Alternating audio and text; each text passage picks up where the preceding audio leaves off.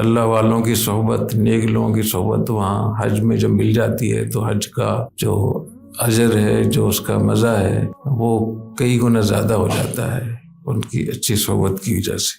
حضرت امام اعظم امام ابو حنیفہ رحمہ اللہ تعالیٰ نے 56 حج کیے تھے، سفیان ابن عیینہ نے 70 حج کیے تھے، حضرت عبداللہ ابن عمر رضی اللہ تعالیٰ عنہ نے 1000 عمرے کی، حضرت عائشہ رضی اللہ تعالیٰ عنہ کہتی ہیں کہ میں نے کبھی حج کا ناغہ نہیں کیا جب میں نے سنا نبی کریم صلی اللہ علیہ وسلم سے کہ تمہارا جہاد حج ہے، اور نبی کریم صلی اللہ علیہ وسلم کے وصال کے بعد 45 سال تک وہ حیات رہیں، تو اس کا مطلب یہ ہوا کہ 45 حج انہوں نے کیے۔ تو امام اعظم رحمۃ اللہ علیہ نے فرمایا کہ میں زندگی میں 5 مرتبہ ایک ہی دفعہ میں اتنا شرمندہ ہوا کہ اتنا کبھی شرمندہ نہیں ہوا۔ فرمایا کہ میں حج پہ تھا، 4 ارکان ہوتے ہیں نا وہاں، 4 مناسک ہوتے ہیں، پہلے رمی ہوتی ہے، پھر قربانی ہوتی ہے، پھر حلق ہوتا ہے، اور پھر طواف زیارت۔ تو اس کو جمع کرتے ہیں رن حت، آپ نے پڑھا ہوگا فقہ میں کتاب الحج میں۔ تو را سے مراد رمی ہے، نون سے مراد نحر ہے، حا سے مراد حلق ہے، طا سے مراد طواف۔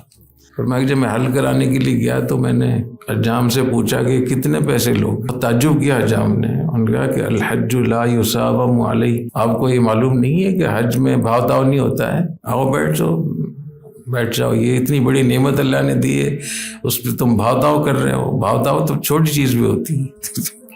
تو کہہ رہے ہیں میں بڑا شرمندہ ہوا کہ یہ کس قسم کا یہ حجام ہے کہ مجھے نصیحت کر رہا ہے۔ الحج لا یصامم علیہ، ہمارے یہاں سلف صالحین میں یہ جملہ بہت مشہور ہے کہ حج اتنی بڑی نعمت ہے، اس میں کوئی بھاؤ تاؤ نہیں ہونا چاہیے۔ تو انہوں نے کہا کہ جو تم چاہو دے دینا، آؤ۔ تو میں بیٹھ گیا تو مجھے انہوں نے کہا کہ قبلے کی طرف منہ کر کے بیٹھے ہیں، آپ کا منہ صحیح نہیں۔ تو میں اور شرمندہ ہوا کہ اس حجام کو اس کا بھی پتہ ہے کہ قبلے کی طرف منہ کر کے، تو میں قبلے کی طرف ہو گیا۔ پھر میں نے ایسے ہی سر آگے کر دیا، سر موڑنے کے لیے، تو انہوں نے کہا کہ دایاں حصہ آپ آگے کریں کیونکہ تیامن مستحب ہے، دائیں طرف سے شروع کرنا۔ تو کہہ رہے ہیں پھر 30 مرتبہ میں، تو کہہ رہے وہ میرے سر مونڈ رہا تھا تو میں حیران ہو رہا تھا، میں چپ بیٹھا ہوا تھا۔ تو اس نے کہا کہ آپ بالکل چپ بیٹھے ہوئے ہیں، تو وہ حج میں تو کثرت سے اللہ کا ذکر کرنا چاہیے۔ جب تم عرفات سے واپس آ جاؤ فذکر اللہ، تو اللہ کا کثرت سے ذکر کرو، تم منہ سے کچھ بولو، کچھ اللہ اللہ کرو۔ پھر میں جب جانے لگا تو مجھے کہاں جا رہے ہو؟ تو میں نے کہا ابھی اپنے خیمے میں جاؤں گا۔ اور تو انہوں نے کہا کہ 2 رکعت نفل شکرانے کے کون پڑھے گا؟ تو میں نے اس سے پوچھا کہ تم کون ہو؟ تو انہوں نے کہا کہ میں حجام ہوں، کوئی عالم نہیں تھا۔ تو پوچھا کہ اتنے گہرے مسئلے آپ نے کہاں سے سیکھے ہیں؟ تو کہا کہ عطاء بن ابی رباح سے۔ عطاء بن ابی رباح جو بہت بڑے محدث ہیں، وہ یہاں آتے ہیں تو میں ان کے بال بناتا ہوں، اور وہاں سے میں نے یہ مسئلے سیکھے۔ عطاء بن ابی رباح نے بھی 70 حج کیے تھے۔ یہ غلام تھے اور گرفتار ہوئے، ظاہر جو غلام ہوتا ہے، اور حبشی بھی تھے، چھوٹے قد کے بھی تھے، غلام بھی تھے۔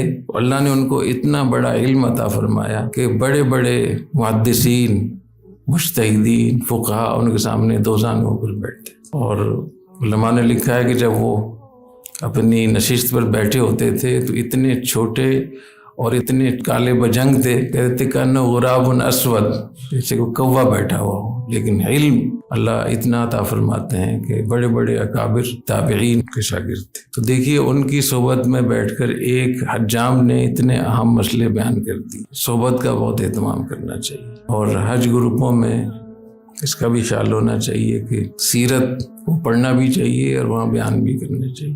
مکہ مکرمہ مدینہ طیبہ میں دین نازل ہوا ہے، تو وہاں اس کا اہتمام کرنا چاہیے۔ الحمدللہ مجھے سیرت المصطفیٰ کئی دفعہ میں نے ختم کی ہے، الحمدللہ پوچھی۔